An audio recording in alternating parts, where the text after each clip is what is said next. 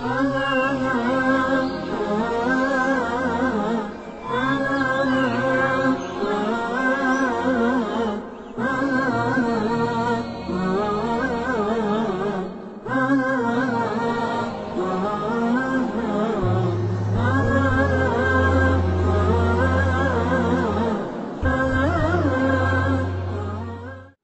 আলাইকুম ওয়া রাহমাতুল্লাহি ওয়া বারাকাতুহু। বিসমিল্লাহ আলহামদুলিল্লাহ ওয়াসসালাতু ওয়াসসালামু আলা রাসূলিল্লাহি ওয়া বা'দ। সুপ্রিয় দর্শক শ্রোতা মণ্ডলী, কাছে এবং দূরে, দেশে এবং বিদেশে যে যেখানে থেকে আজকে আমাদের এই আলোচনা অনুষ্ঠান উপভোগ করছেন, সবাইকে আমরা আন্তরিক প্রীতি এবং মোবারকবাদ জানাচ্ছি।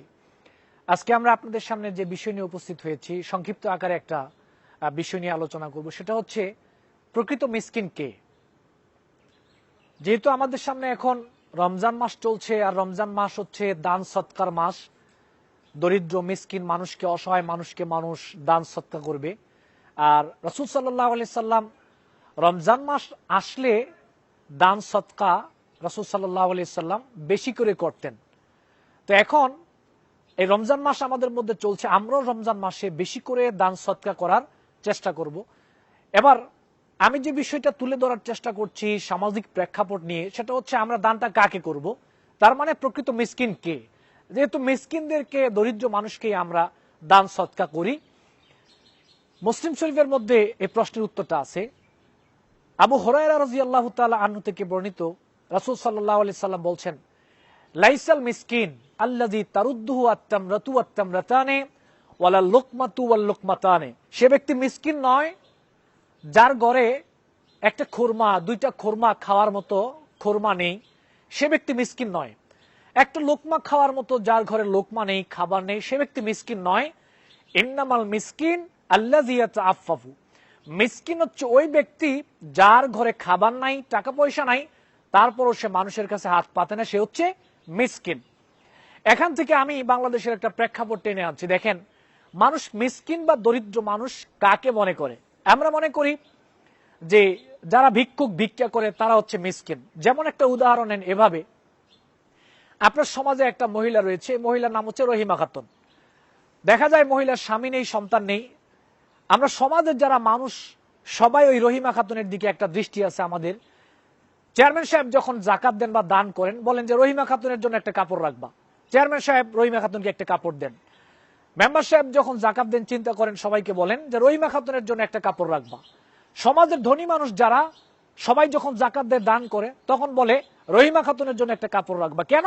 রহিমা খাতুনের স্বামী নেই, সন্তান নেই। এমনি ভাবে সমাজের যদি 50 জন মানুষ দান করে বা জাকাত দেয়, তো 50 জন মানুষই ওই রহিমা খাতুনের দিকে দৃষ্টি আছে, নজর আছে। অর্থাৎ রহিমা খাতুনকে 50 জনই একটা করে কাপড় দেয়। এবার প্রশ্ন করি, এবার রহিমা খাতুনের কাপড় কয়টা হলো? 50টা হলো। তাহলে রহিমা খাতুন আবার মিসকিন হয় কি করে? 50টা কাপড় যদি কোনো মহিলা একই মাসে দান সৎকা পায়, তো রহিমা খাতুন কি করে মিসকিন হয়, কি করে দরিদ্র মানুষ হয়?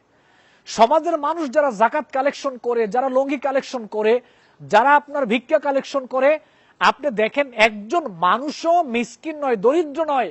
সবাই তো ভিক্ষুককে দিচ্ছি, সবাই দারিদ্র মানুষকে দিচ্ছি। সুতরাং মিসকিনকে আল্লাহ নবী বললেন, ইন্নামাল মিসকিন, মিসকিন হচ্ছে সে ব্যক্তি আল্লাযী ইয়াতাআফফাফু, যার ঘরে সম্পদ নাই, যার ঘরে টাকা পয়সা নাই, যার ঘরে খাবার নাই, পরার মতো কাপড় নাই, ছেলে মেয়েদেরকে কাপড় কিনে দেওয়ার মতো টাকা নাই, খাবার সংগ্রহ করার মতো টাকা পয়সা নাই, ঘরে খাবার নাই, তারপরেও ওই লোকটা মানুষের কাছে হাত পাততে লজ্জাবোধ করে, সে হচ্ছে মিসকিন।